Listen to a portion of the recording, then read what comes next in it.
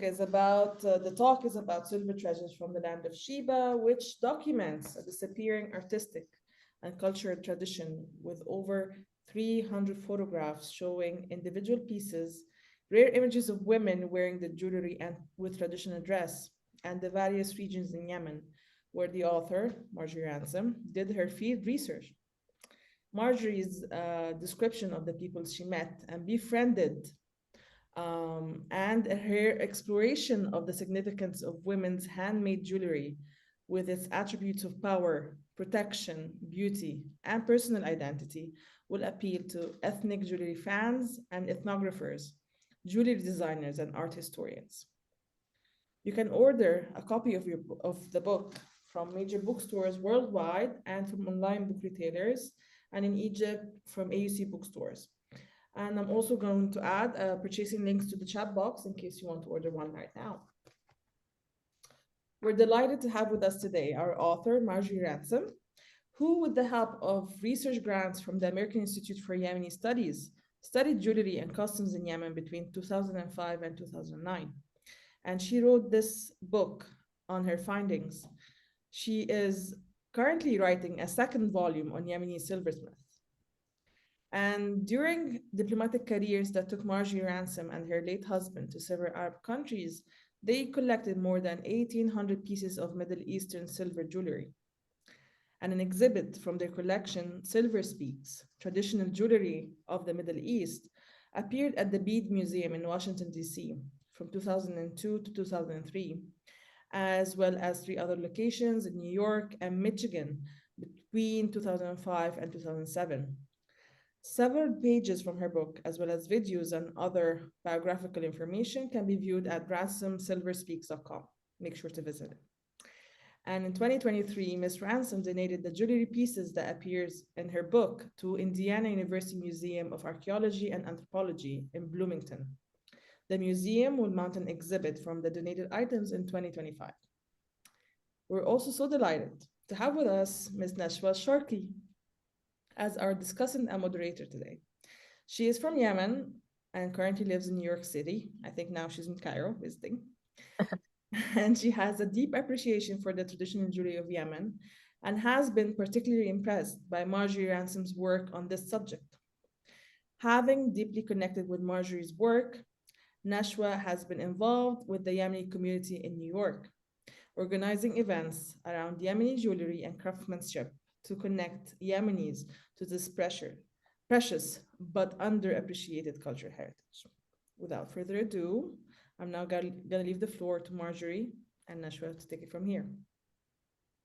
Thank you so much, Susan. I want to thank the American University in Cairo Press for hosting this virtual meeting and for all their support with my book. I also want to thank Nashwa Alsharki for her willingness to participate in this dialogue today. And I give a big shout out to all my friends watching today from so many parts of the world. Thank you for your interest and support. Just a huge, huge hello. Thank you, Marjorie. So basically, Marjorie and I decided we're going to do a Q&A format of this presentation. So I'll be asking Marjorie questions and highlighting some of the some pieces from her book, and then Marjorie will be answering basically. But first, I want to say, Marjorie, thank you so much for all your research. I feel like just as a Yemeni, as Susan mentioned earlier, like this is not something I grew up appreciating. And it's through your work that I've come to appreciate this and gain a sense of pride from being Yemeni and being connected somehow to this heritage. And I feel like everybody I've spoken to in New York and elsewhere about your book and jewelry and your work has also felt that sense of pride. So thank you so much for all the work you've done and for, continuing to do this work. I'm super excited to be here and very excited about your book. It's a fantastic book, honestly. So I wanted to ask you first, can you share what got you to do this research? It's not like a popular field or anything. And yeah, it's really interesting. Can you tell us what got you into doing this? Well, here you see Dr. Abdul Karim Al Iriani, and next to him, a former U.S. ambassador to Yemen, David Newton, and I'm there on the left. I had lectured about Yemeni jewelry during a 2-day seminar about Yemeni culture held in 2003 at the Sackler Freer Art Gallery in Washington, D.C.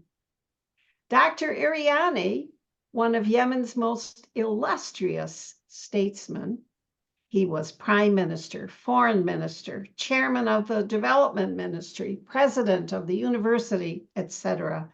And he had a Yale PhD in a scientific topic. That day when I lectured on the jewelry at the gallery, he was sitting in the front row. And I opened my talk saying that I was going to show them beautiful pieces of Yemeni jewelry, but I had no provenance. I couldn't give any background material. Well, I learned later that Dr. Iriani turned to the person sitting next to him and said, "She has no provenance. I have never seen any of this jewelry." Well, partly perhaps because women wore it and didn't wear it on the street then, but because the jewelry that I write about in my book was worn primarily by Bedouin and tribeswomen.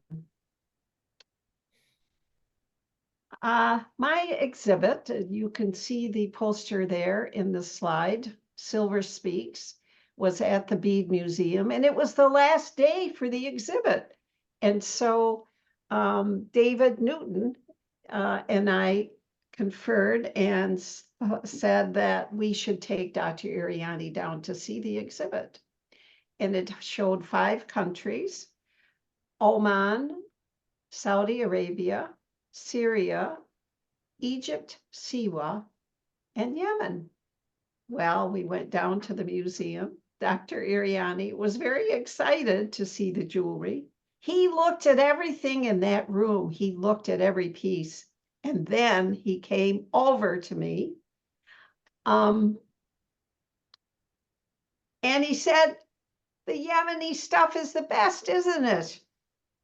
So I had to laugh and smiled and agreed with him.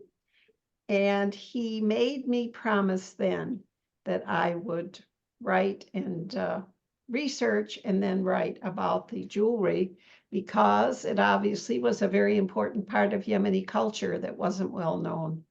And 2 months later, my husband died. And I was just at loose ends about what I was going to do. And I applied for a grant to do the research, and I was off and running. At the end of 2005, I was in Yemen, starting my journey. Amazing. I'm glad that you, that Dr. Iriani said this and that you took it to heart and actually pursued it. And here we are discussing your book about the topic. That's amazing.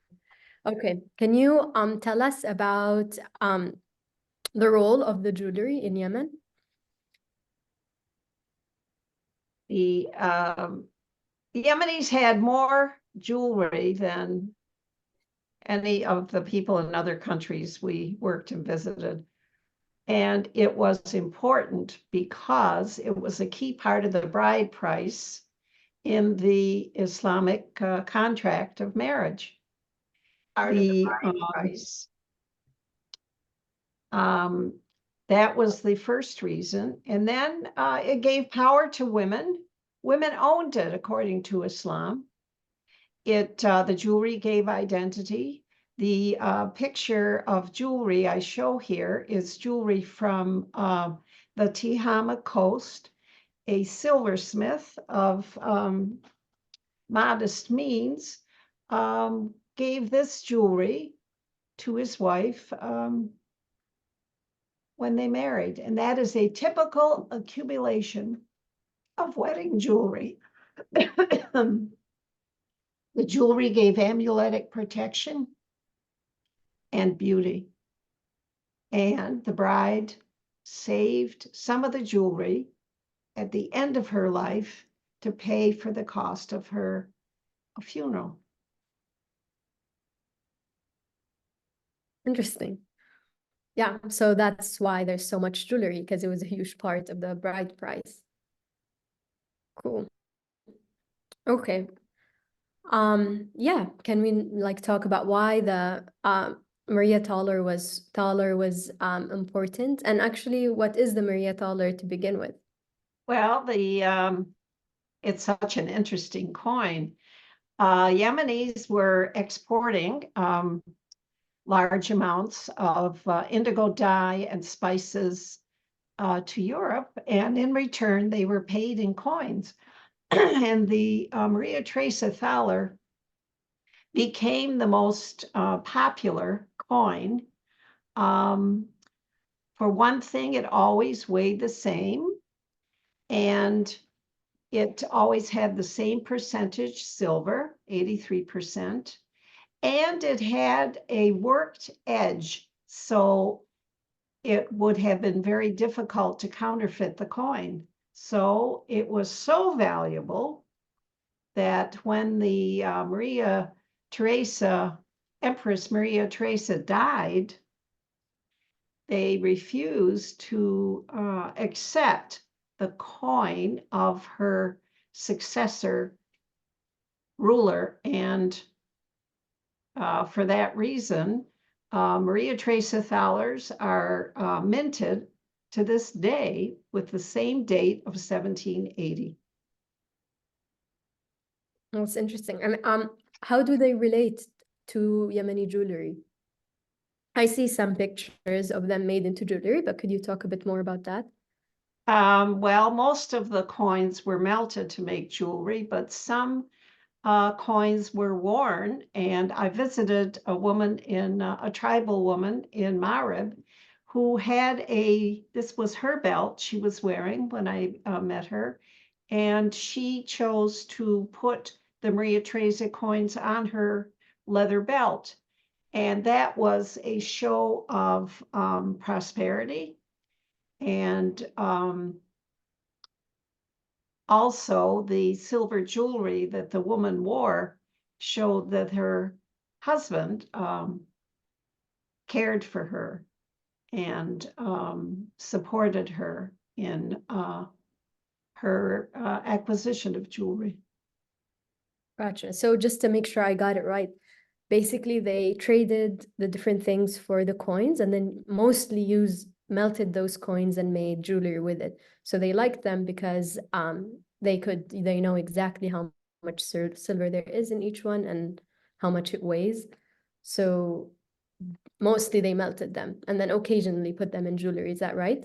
That's right. And there was a story going around. I never was able to verify it, but the story was that a man who worked for Imam Ahmed, the last Imam of Yemen, tried shaving a bit of the coins off the edges because he was the tax collector, and he was able to assemble a lot of silver that way, making some good money.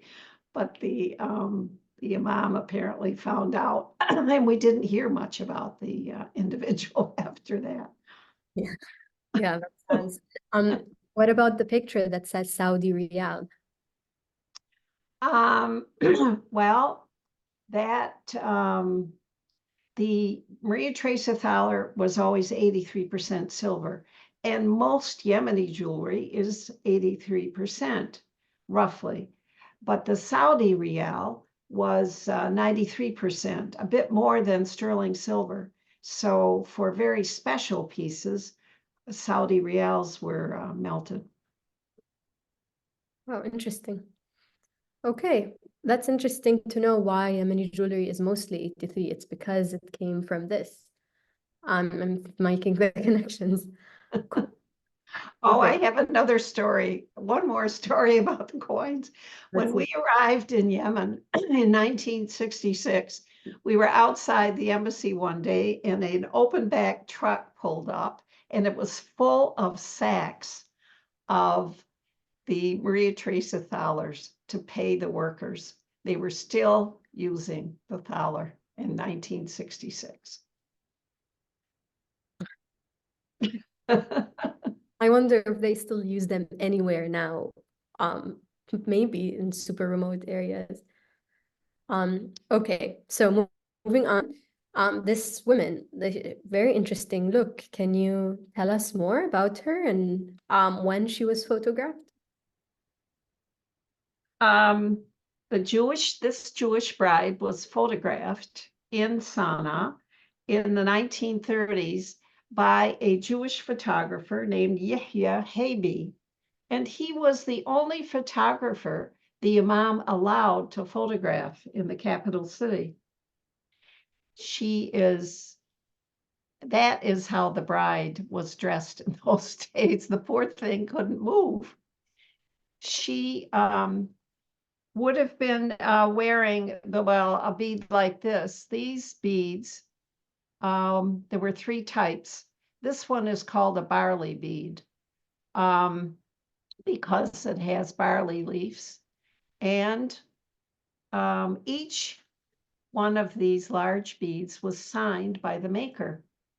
Now, the silversmiths signed as badly as American doctors when they give you a prescription. I always had trouble reading them, and I often had trouble finding Yemenis who could read them. In this case, I could read the first name, Suleiman, and I could read the third word, which was always mukhlis. Now, mukhlis meant that it guaranteed that the bead was made of 83% silver. Interesting. You mentioned this lady is a Jewish bride. So as her jewelry also kind of probably bride price, or was that different for Jewish brides? Oh, it was the same. Same, so it's more of a cultural thing, regardless of Right. they did that. Interesting. And the Jewish jewelry was different from the non-Jewish jewelry, or would a Muslim bride potentially be wearing a similar setup? Well, you will see here, this is or maybe it's further down. This is a Muslim bride, and both she and the Jewish bride would wear this necklace, and we'll see it again in another slide. It was the bride had to wear that kitab. That was the tradition. She and the Jewish bride would wear some Red Sea pearls. You see the necklace here.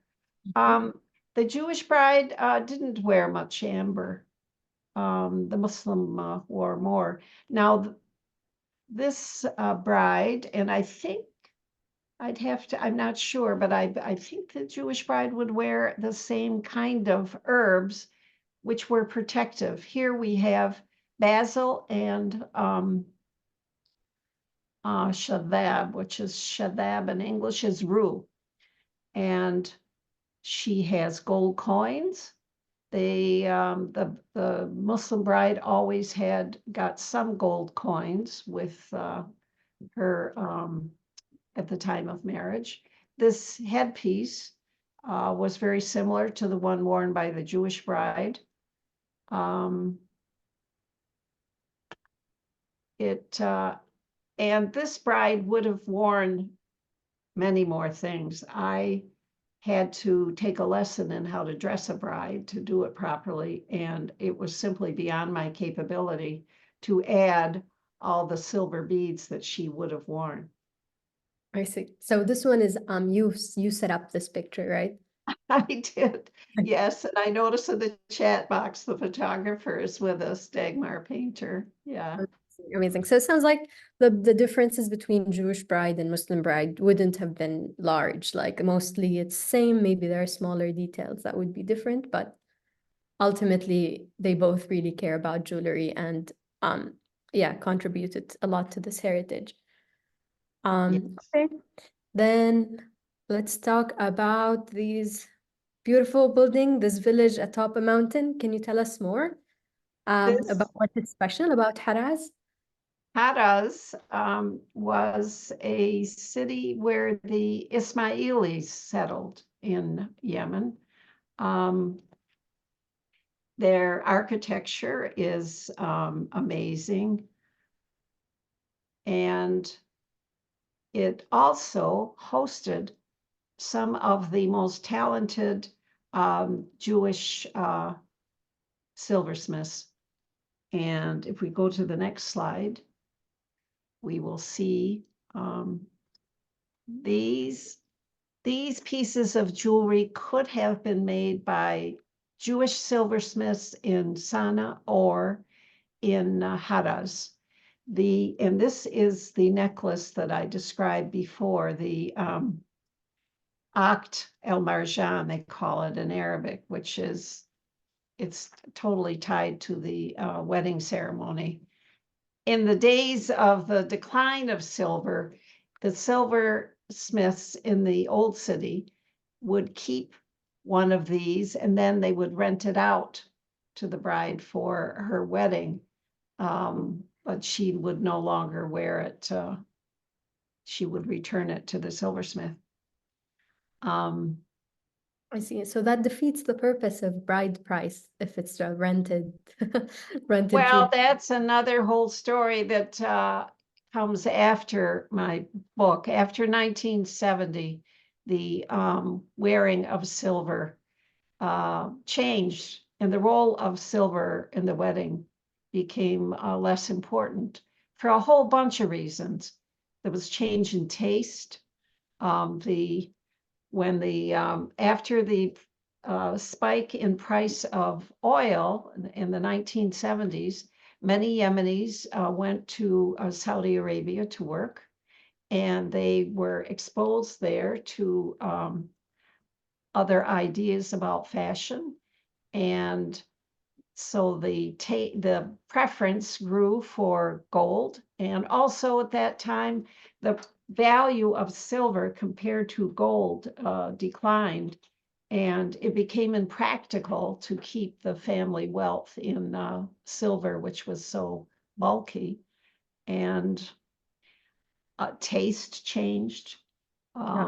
They still had the marriage contract, but they would spend it on things other than silver, like household needs, appliances. Gotcha. It I guess very, and that makes me also it became old-fashioned. It was associated with the imam, and after the revolution, people looked down on that fashion. So the old ladies love to see me wear it, but it wasn't so popular among the young. I mean, it is bulky. It's definitely an aesthetic. It's nice, but it's specific. And it makes sense what you're saying now as why this is also not as like there aren't as many beautiful pieces coming now for many reasons, but amongst them, as you said, the market for it is less. I want to go back to this slide because I feel like if you could provide a bit more context as to you mentioned there were lots of Jewish silversmiths living here in Haraz. Is that exceptional in Yemen? Like, how come Haraz stands out and you wanted to highlight it? Oh, the extraordinary thing in Yemen was that there were silversmiths scattered all across the country. Every neighborhood had, any sizable neighborhood would have its silversmiths, except Marib, and I had thought the Jowf, but they had silversmiths in the Jowf as well. That's when the silver was so important for the marriage. It was important for the silversmiths to be near their customers. And my book has wonderful stories of about 23 different neighborhoods in Yemen with different types of silversmiths making jewelry. The Jewish silversmiths tended to live in the northern mountains of Yemen, and in one place in the south, in Land Sheba, was an important place for one big extended family, really, of Yemeni Jews. And there were Muslim silversmiths in the Tihama, in the Hadramaut, in many different parts of Yemen. But I'm told that, and I never had time enough to do all the research I wanted to do, but I was told that at one time there may have been as many as 10,000 silversmiths working in Yemen. And this is when the population was perhaps as low as 5 million. Whoa. Yeah. It's everybody had jewelry, and I show a woman in my book who said that, and she was a very simple woman who had once been a slave. And she told me that when she married, she had 22 pounds of silver jewelry. And I said, weren't you worried about theft? And she said, no, in those days, everybody had jewelry, so theft was never an issue. Today, she said, I have one little earring of gold and I have to guard it with my life. Whoa. Yep, that's interesting. Okay, Marjorie. Well, yeah, this is another wonder from Haraz. It's simply, it is the most extraordinary dress that was in my collection. The dress is made of Yemen's special indigo. They go through a process of dyeing it several times, and then they take powdered stuff and pound it in with big, heavy devices. I will have a picture of it. I have a picture of the woman, and I will publish at some point. But in addition to the extraordinary indigo dyed fabric, which was worn in the mountains and it kept people warm, the dress is embroidered with gilded and silver thread, intricately embroidered and couched to protect the cloth itself. And then if you look down at her leggings, they're also embroidered in couched silver thread. Just an amazing dress. Yeah, it's beautiful. And who would typically wear this? It would be worn by tribeswomen in the mountains where the weather is cold in the winter. Okay, as like a special occasion thing, or also A related wedding dress. wedding dress? Then women would sometimes wear their wedding dresses for ceremonial occasions, but a dress like this would be treated carefully. Yeah, So the woman would be gilded, lots of jewelry, silver that's true. and the Yes. fabric. I think it would look fabulous. Yeah. Okay, so speaking of women, who are these women with pointed hats? And yeah, talk to us about the jewelry also. Well, when you go to the Hadramaut, especially in the valleys, you will see these women slipping away between the trees. They do not like you to get too close.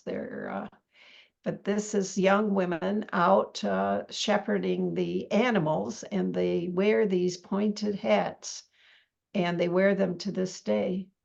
They're just fabulous. Yeah. And the jewelry, this is jewelry from the Hadramaut. And these pieces are shown in my book. Here I assemble them to show the amuletic motifs.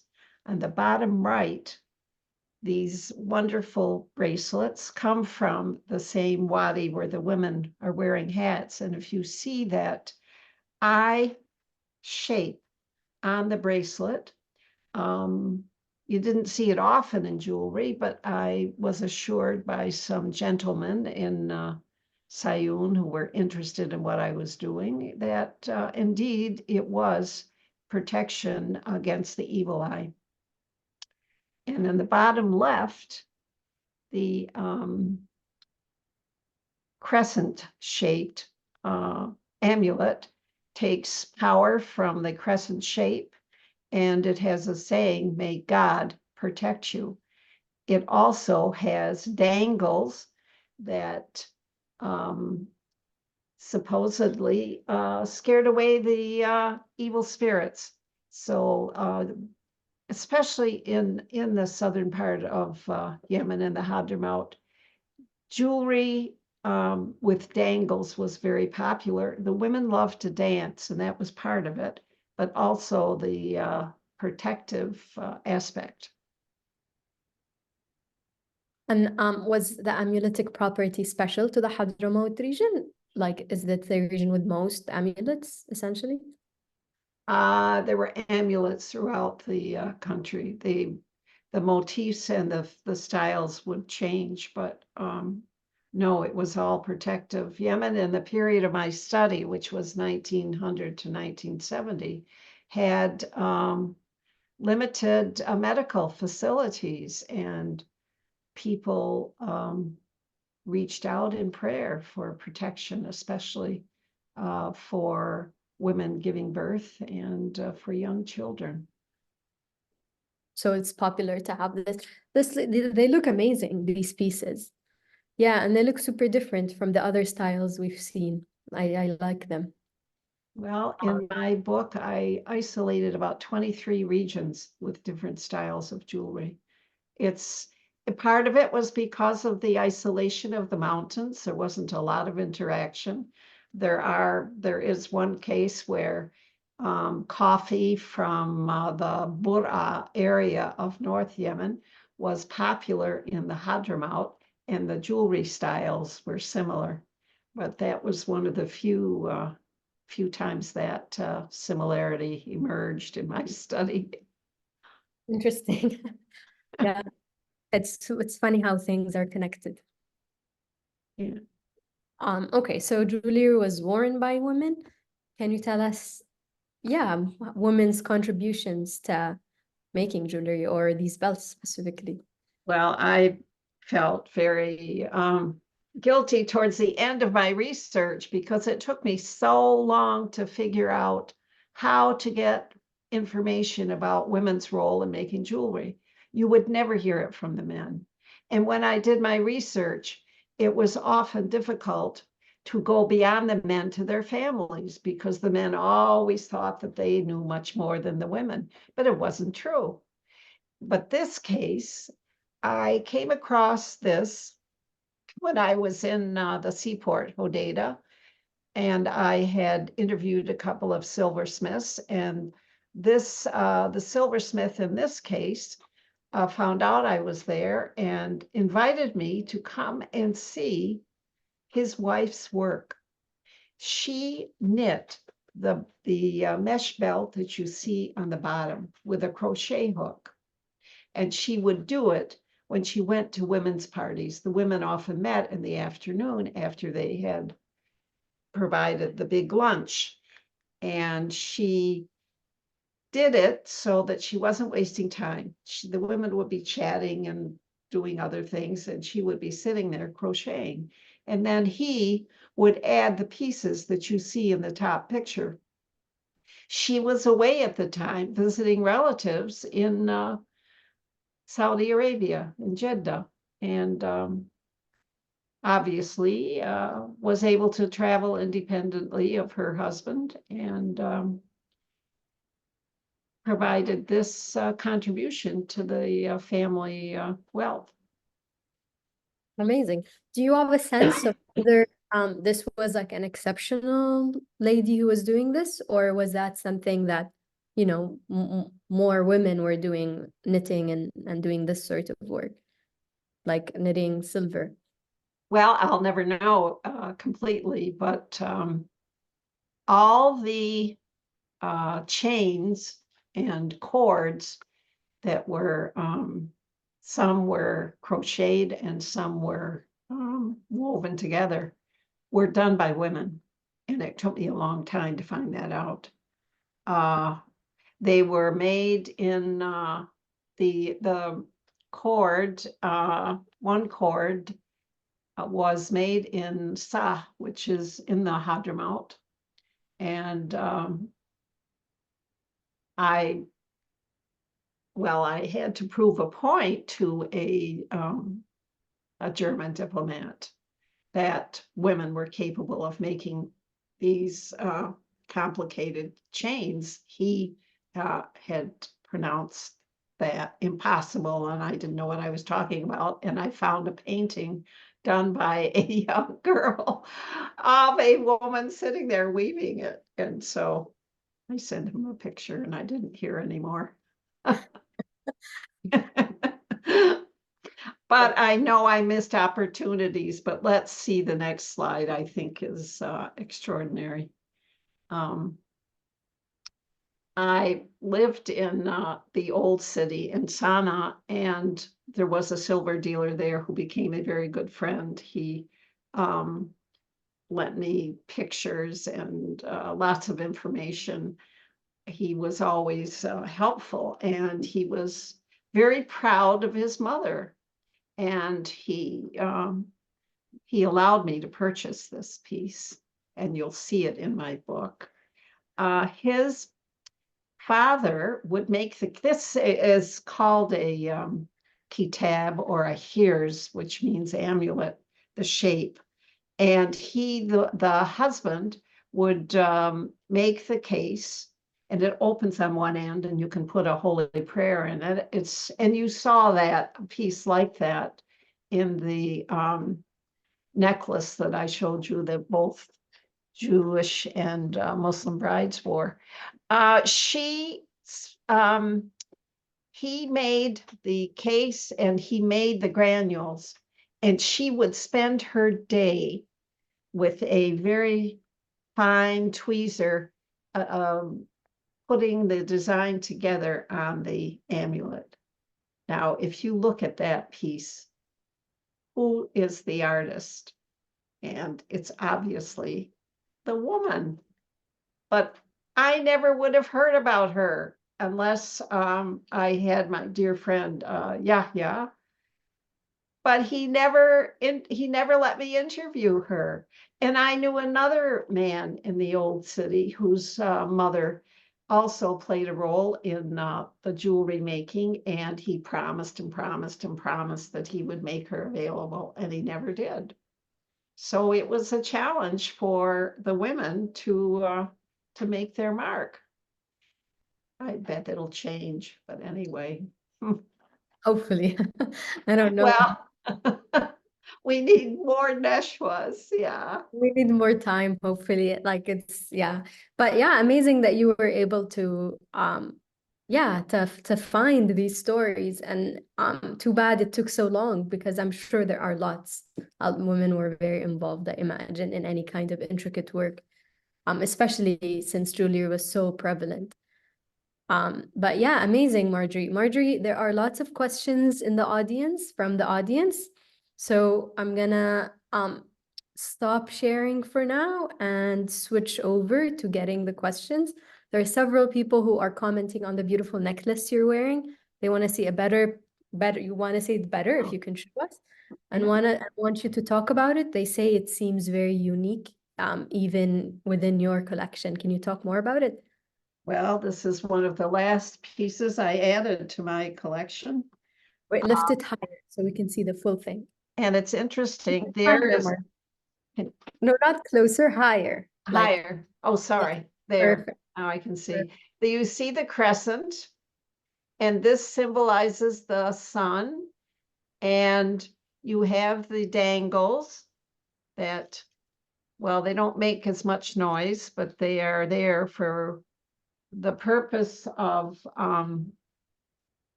scaring away the evil spirits, or also if a woman is walking in the market or out on the street for any reason and she's clothed in black, if a necklace makes enough noise, the husband can identify her. This, you see here these very small granules, which are they're put together into shapes and then applied in a pattern. This is a Yemeni agate. The work is incredibly fine and unusual. I haven't seen this same style before. And the name of the artist is Suleiman Jamal. There is a clear signature on one of the pieces back here. It's beautiful. What style does it most resemble? Well, it's like a lazim.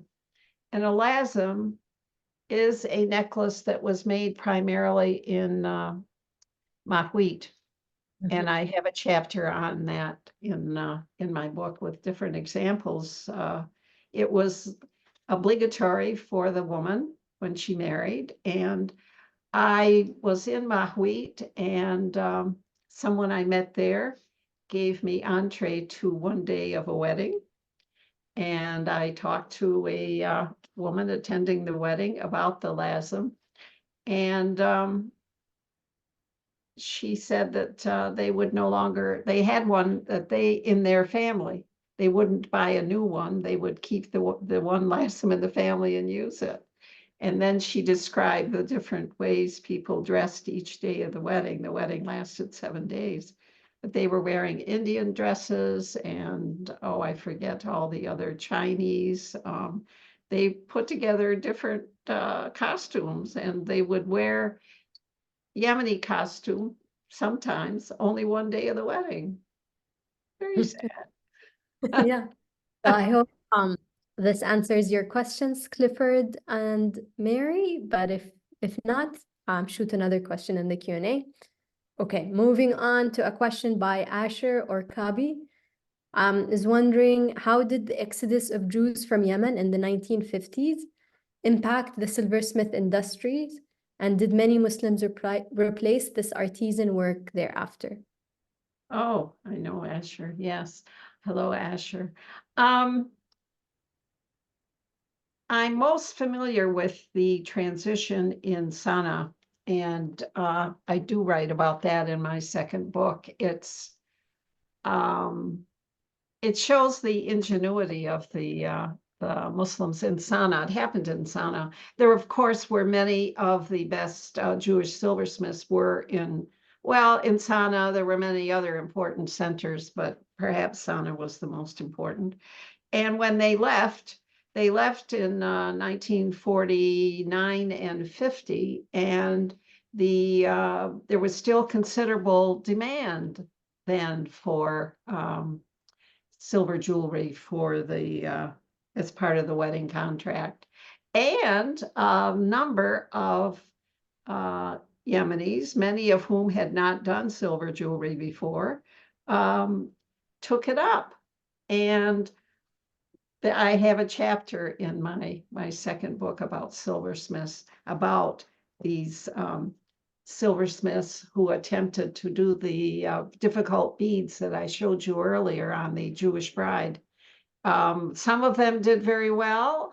They all had different amounts of success and tried different beads. Actually, the best one probably was the father of my friend Yahya Rassan, who took such an interest in the history of silver. It didn't last, of course. They had 10 years. And then one silversmith in Sana'a, who made a certain kind of bead, took the motif from the bead and put it in a bracelet and made a silver bracelet, which was was very popular among Swedish tourists. So, and there are, I met many young silversmiths when during my research. And if you go on to the Saudi Aramco World in the January 2012 edition, you can see a video I did of a silversmith, a young silversmith, making a very intricate necklace. And some of the techniques used in this necklace he used. And right next to the video is the finished necklace that he made. So I've always wished that there would be a way to revive this craft. It's so beautiful. And I don't know, it would take work these days, but I would never give up the hope. Yeah, there was another question about if there has been an effort to make a generation of these culturally significant silver jewelry pieces, perhaps drawing from the experience of Yemeni Jews living abroad. You touched on it a little bit in your question. It seems like not much, but there has been some efforts to recreate pieces, right? Or styles. Well, I recommend that article. It shows a number of different silversmiths trying different things, and one of them fooled me.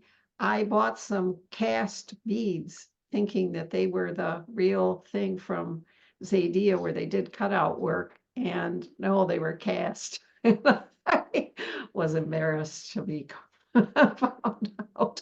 I learned quite a lesson then. I examined the jewelry more carefully. You gotta learn the lesson somehow. Well, the technique was, he's a terrific silversmith. I have no idea what's happened now, but in 2009, it was going strong. Okay, Sherry Hunter wants to know why the silver on the beautiful embroidered dress we saw earlier in the slide is not tarnished. Oh, what a good question. I'm not sure. I had that dress repaired by a wonderful Italian woman. It was worn in some places, but I don't remember doing anything to the dress. But I will ask the woman that did the exhibit, Silver Speaks, because she was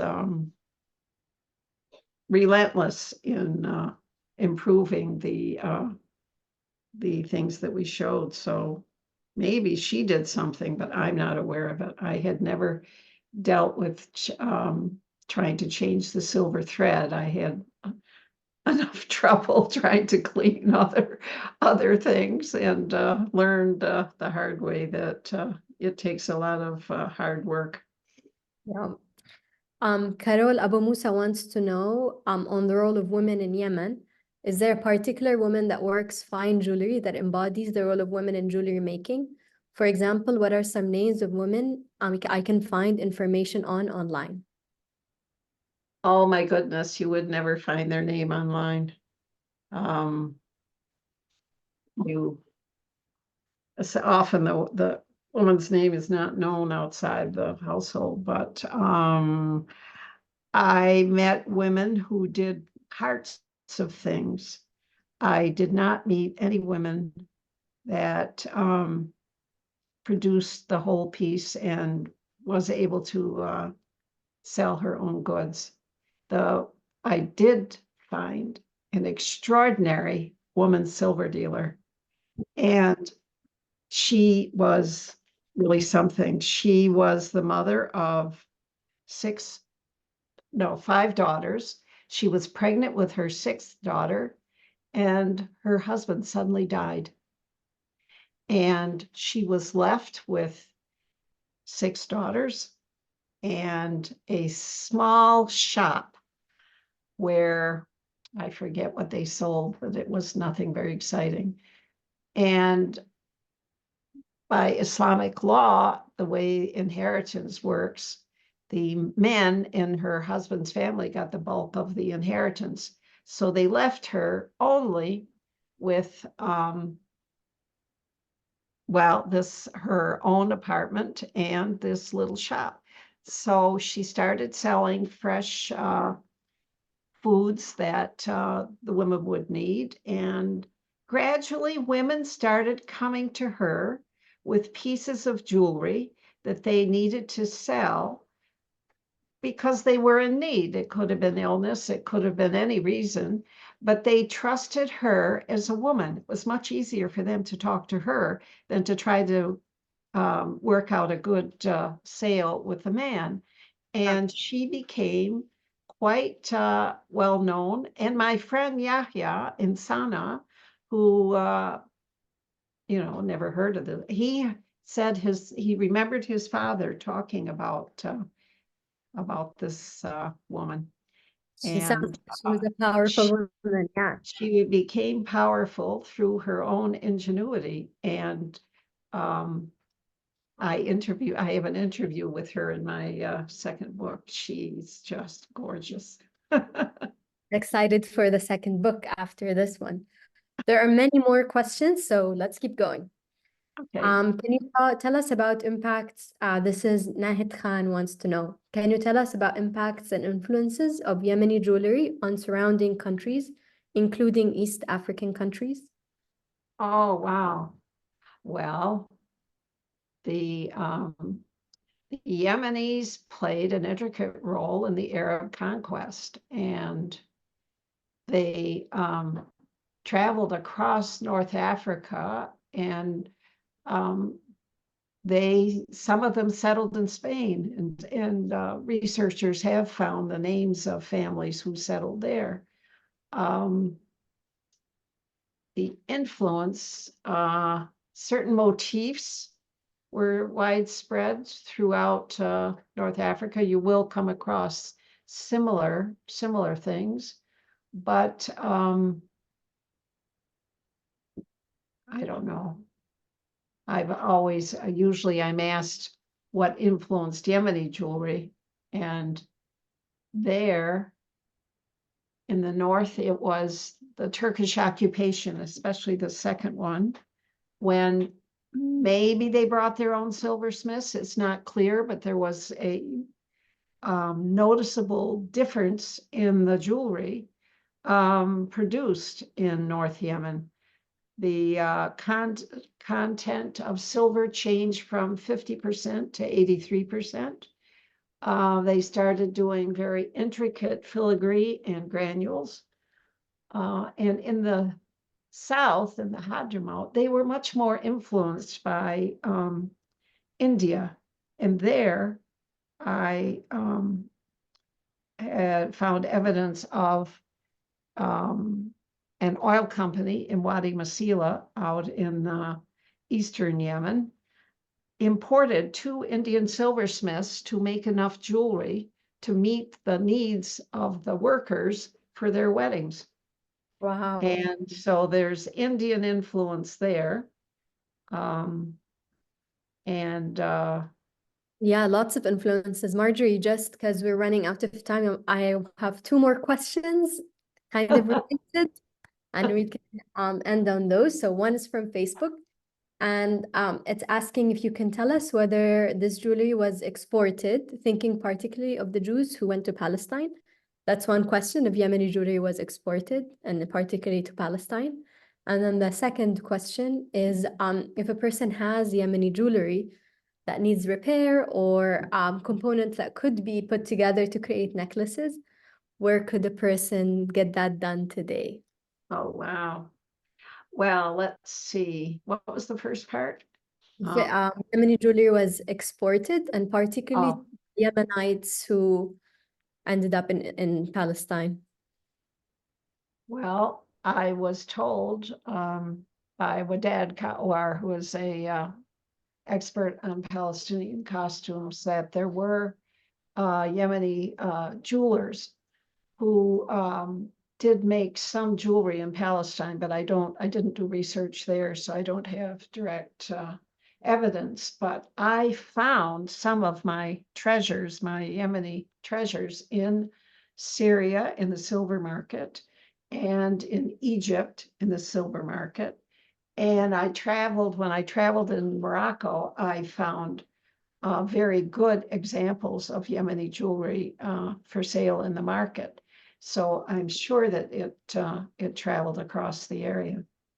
Sounds like. The quality was really unexcelled, just extraordinary. So if you do have Yemeni jewelry, is there a way to fix it, or is that? Well, you have to look long and hard. I have two advisors for my first book, and the Kamal Rubey in Sana used to visit periodically, and he would happily repair for people. But I, at this point, have no one that I can recommend. It's hard. Amazing. Yeah.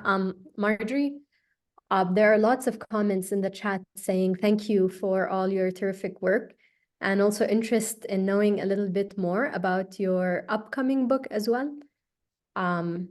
Yeah, and I think that's all the time we have. But yeah, if you could talk briefly about that too. And thank you. Well, the second book is about the silversmiths, and I have promised that I will document every silversmith's name that I can find, including the Jewish silversmiths. And that takes up a good part of the book. Then I will write about Yemen's Queen Arwa, who had a huge treasure of jewelry, and I have her will translated, where she left well over 100 pieces of gold jewelry.